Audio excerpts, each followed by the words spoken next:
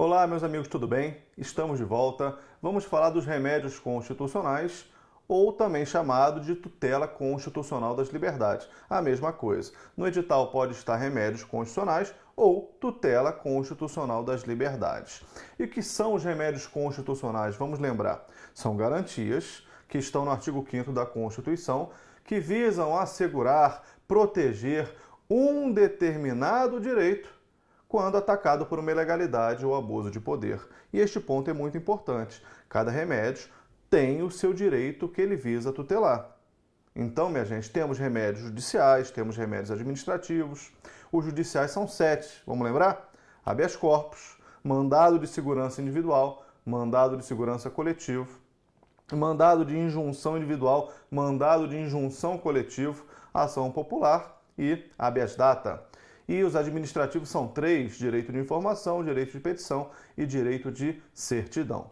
Sempre tendo em mente que cada remédio tem o seu objeto específico. O habeas corpus vai tutelar a liberdade de locomoção, o mandado de segurança, o direito líquido e certo, o mandado de injunção visa suprir a falta de uma norma regulamentadora, o habeas data, conhecimento, retificação e complementação de informações que estão no banco de dados, e a ação popular visa anular ato lesivo ao meio ambiente, à moralidade administrativa, ao patrimônio público, ao patrimônio histórico e cultural.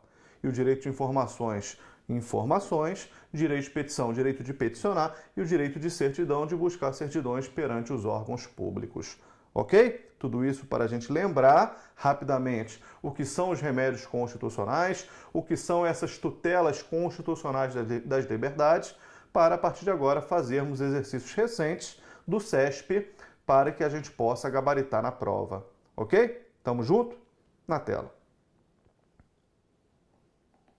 Primeira questão. O habeas data não se presta à retificação das informações constantes de banco de dados de entidades públicas. Certo ou errado? Errado, né, minha gente? Aliás, nessa introdução eu já disse isso.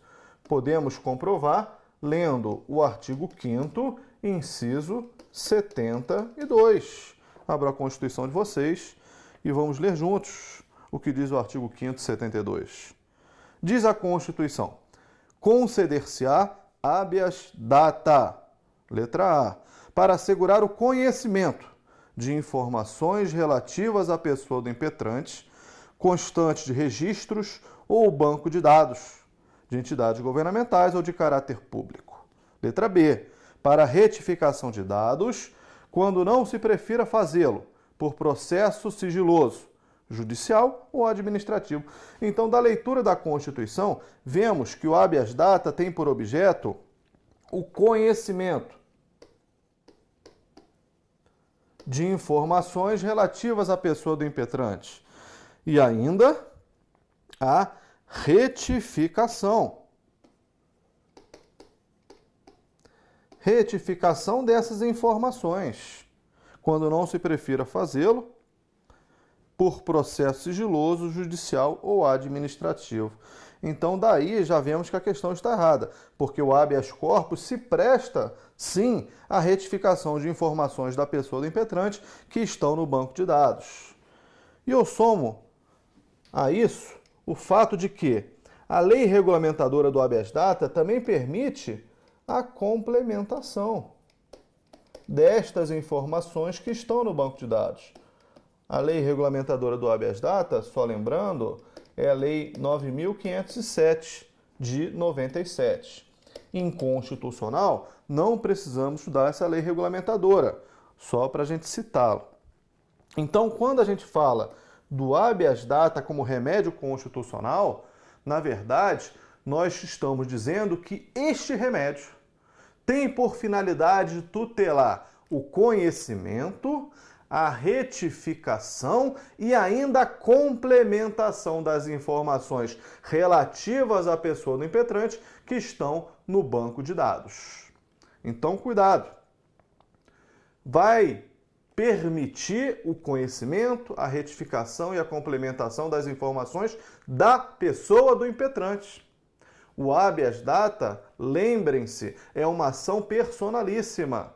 Não é possível eu buscar informações de terceiros, porque eu iria, por intermédio do habeas data, ferir a intimidade de terceiros. Por isso que a Constituição deixa claro que o conhecimento das informações é relativo à pessoa do impetrante. Só posso buscar informações próprias, retificar informações próprias, complementar informações próprias que estão lá no banco de dados. Justamente por isso, se trata de uma ação personalíssima, para evitar que, por intermédio desta ação constitucional, se fira a intimidade, a vida privada de outrem, de terceiros. Tudo bem? Ok? Na tela. Próxima questão. O cidadão brasileiro, nato ou naturalizado, com capacidade eleitoral ativa, tem legitimidade para propor ação popular.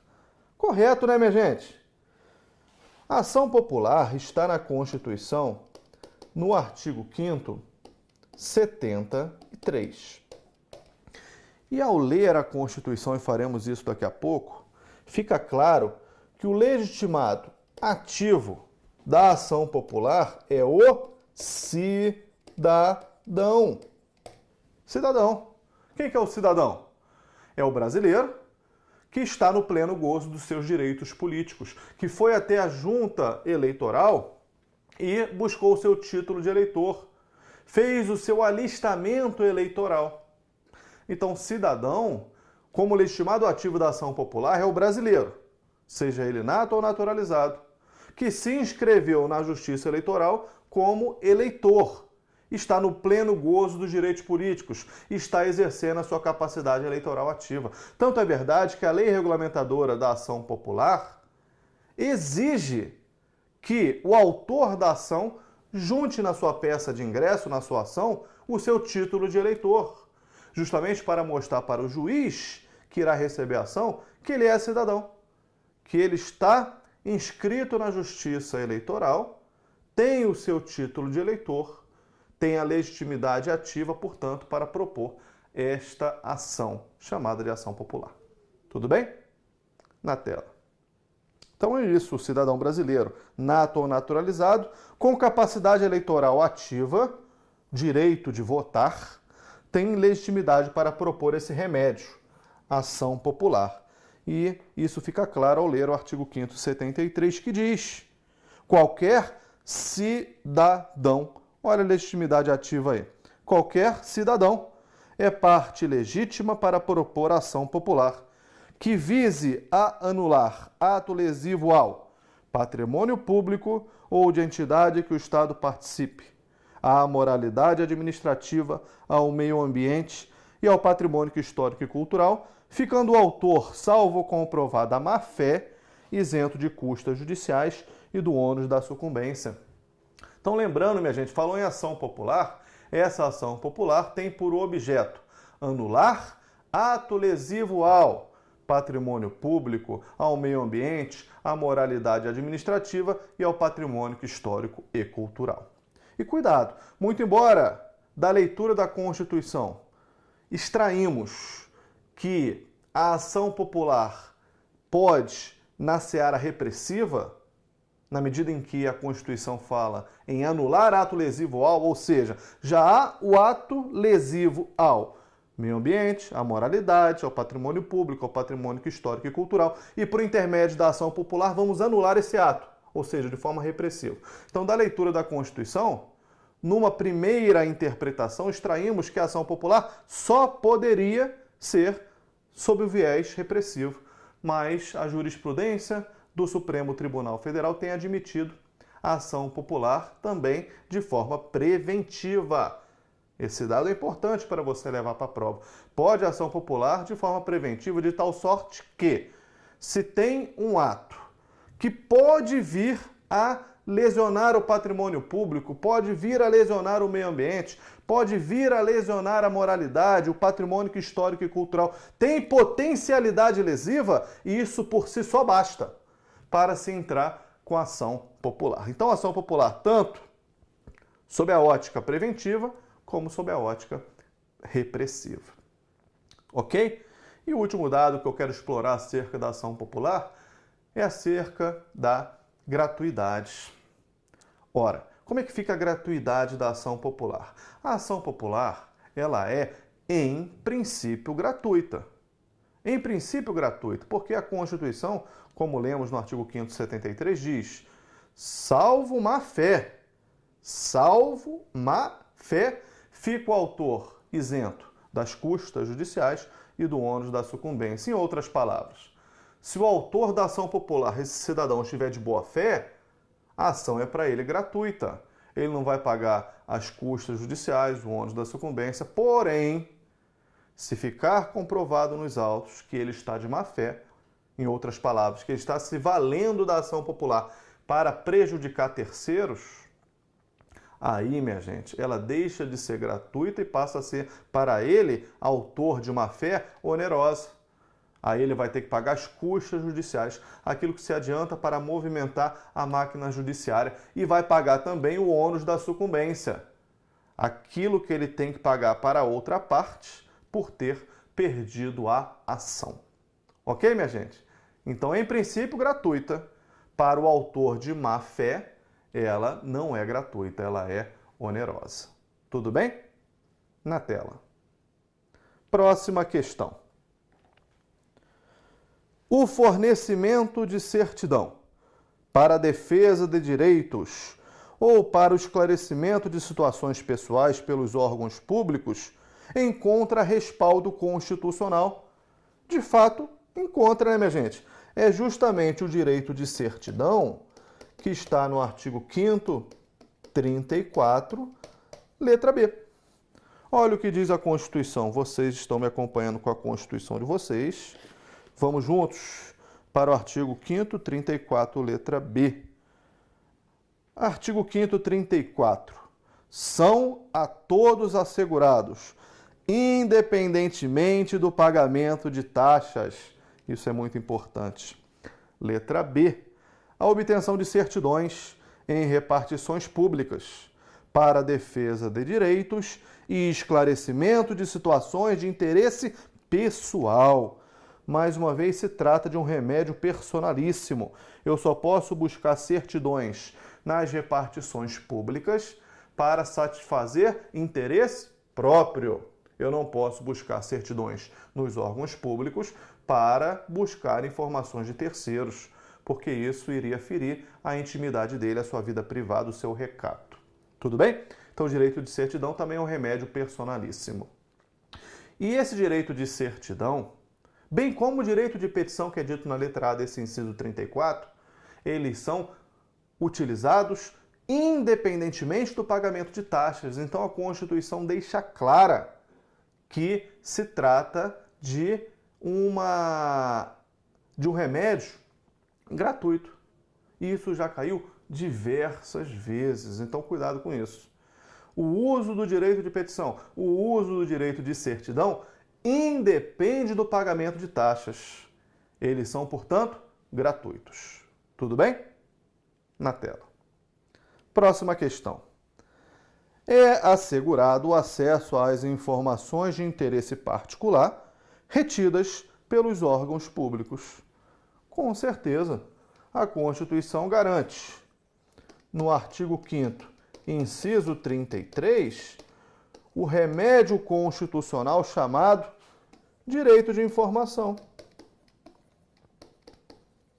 onde a Constituição vai assegurar à pessoa o direito de buscar nos órgãos públicos informações próprias ou ainda informações de caráter coletivo, de interesse geral, que deverão ser prestadas no prazo previsto na lei de acesso à informação, sob pena de responsabilidade do servidor.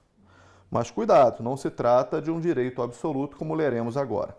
Então, me acompanhem no artigo 5º 33. Todos, olha a legitimação ativa aí, ampla. É uma legitimação ativa que vai alcançar todas as pessoas, físicas, jurídicas, nacionais, estrangeiras. É uma legitimação ativa ampla. Todos tem direito a receber dos órgãos públicos informações, direito de informação. Informações essas de seu caráter, de seu interesse particular ou de interesse coletivo ou geral, que serão prestadas no prazo da lei, que é a Lei de Acesso à Informação, sob pena de responsabilidade do servidor que deveria prestar as informações e não o fez no prazo legal. Cuidado! Ressalvadas aquelas cujo sigilo seja imprescindível à segurança da sociedade e do Estado. Então não se tem dúvida, a Constituição assegura o direito de informação. Isso vai ao encontro do dever da administração pública de dar publicidade. Então, de um lado está o dever da administração pública de dar publicidade dos seus atos, e de outro, o nosso direito a ter as informações produzidas pelos órgãos públicos. Então, são duas faces de uma mesma moeda: o dever de publicidade e o direito de informação. Um está umbilicalmente ligado ao outro. Bem, então temos o direito de buscar dos órgãos públicos informações produzidas por eles, sejam elas de caráter particular ou ainda de interesse coletivo ou geral. E o servidor que detém essa informação tem o dever de prestar essas informações no prazo legal, no prazo determinado pela Lei de Acesso à Informação, sob pena de ser punido, sob pena de sofrer, por exemplo, um processo administrativo disciplinar, sob pena de responsabilidade desse servidor que, devendo entregar as informações, não o fez no prazo legal. Agora, essas informações, esse direito de informação, ele não é absoluto.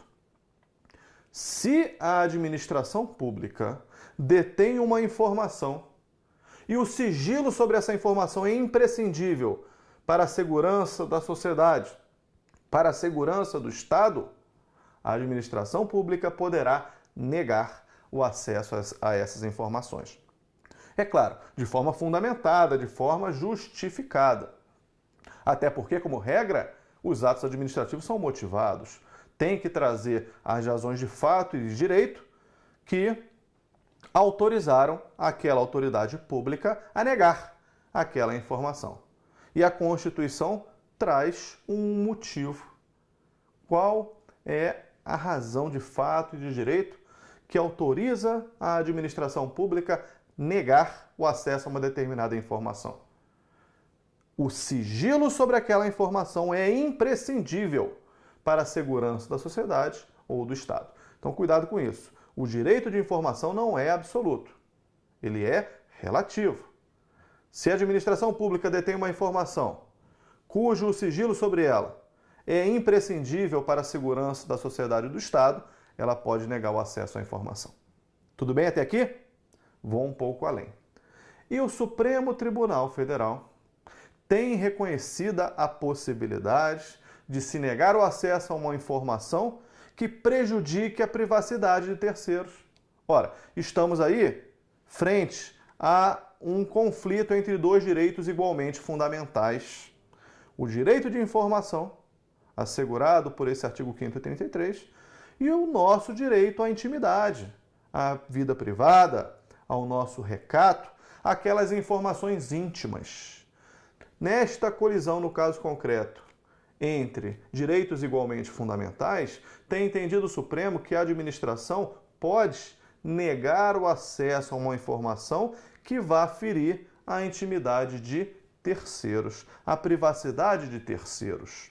Então, concluindo, a Constituição traz uma razão para se negar o acesso à informação. A situação em que o sigilo sobre a informação é imprescindível para a segurança da sociedade e do Estado. Soma-se a esse dado o entendimento do STF, que permite que a administração pública negue a informação se o acesso a essa informação prejudicar a privacidade de alguém. Ok? Então não se trata de direito absoluto, é um direito relativo. Na tela. Próxima questão. O direito do cidadão de receber dos órgãos públicos informações de interesse coletivo inclui também aquelas imprescindíveis à segurança da sociedade. Acabamos de dizer, né, minha gente? Errado. A Constituição garante o direito de informação? Sim. Mais uma vez citando o artigo 5º, 33. Então, é constitucionalmente previsto o direito de informação. No entanto, o direito de informação não inclui aquelas informações cujo sigilo seja imprescindível à segurança da sociedade e também do Estado. Então, levem para a prova o entendimento que se trata de um direito relativo. O direito de informação é constitucionalmente assegurado, não se discute. Todos, pessoas físicas, jurídicas, nacionais, estrangeiras, podem buscar dos órgãos públicos informações de interesse pessoal ou ainda de interesse coletivo ou geral. No entanto, se o Estado, a administração pública, detém uma informação e o sigilo sobre ela é imprescindível para a segurança da sociedade, para a segurança do próprio Estado, a administração pública pode negar o acesso a essa informação. Isso é o que está escrito, taxativamente previsto no artigo 5º parágrafo, melhor, artigo 5º, inciso 33. E some-se a isso ao fato de que o Supremo tem entendido que, se o sigilo também for imprescindível para a manutenção da privacidade de terceiros, a administração pública também pode negar o acesso ao dado buscado. Tudo bem? Na tela. Próxima questão. Uma entidade de classe que estiver em funcionamento há apenas 6 meses não possui, por essa razão, legitimidade para impetração de mandado de segurança coletivo em defesa de interesse de seus membros. E aí, minha gente, certo ou errado? Errado. Tem uma pegadinha aí muito sutil. Esse prazo, que na verdade é de 1 ano, como veremos da leitura do artigo 570, esse prazo, que é de 1 ano, ele se dirige tão somente para as associações. As associações legalmente constituídas e em funcionamento há pelo menos 1 ano poderão entrar com o chamado mandado de segurança coletivo, o MS coletivo. Portanto, esse prazo de 1 ano se dirige apenas às associações, de tal sorte que entidade de classe, partido político com representação no Congresso e também organização sindical, no momento da sua criação, eles já estão aptos a entrar com esse remédio chamado MS coletivo. Tudo bem? Então, cuidado com essa informação, porque isso despenca em concurso público. Querem ver? Na tela. Peguem a Constituição e abramos juntos o artigo 5º, 70. Diz o texto: o mandado de segurança coletivo pode ser impetrado por, letra A, partido político com representação no Congresso Nacional. Letra B, organização sindical, entidade de classe ou associação, legalmente constituída e em funcionamento há pelo menos 1 ano, em defesa dos interesses de seus membros ou associados. Então, da leitura do texto, extraímos que são 4 as entidades que podem entrar com MS coletivo. Quem entra com MS coletivo? Partido político com representação no Congresso, organização sindical, entidade de classe e as associações. As associações só estão legitimadas para entrar com MS coletivo após sua criação e regular funcionamento há pelo menos 1 ano.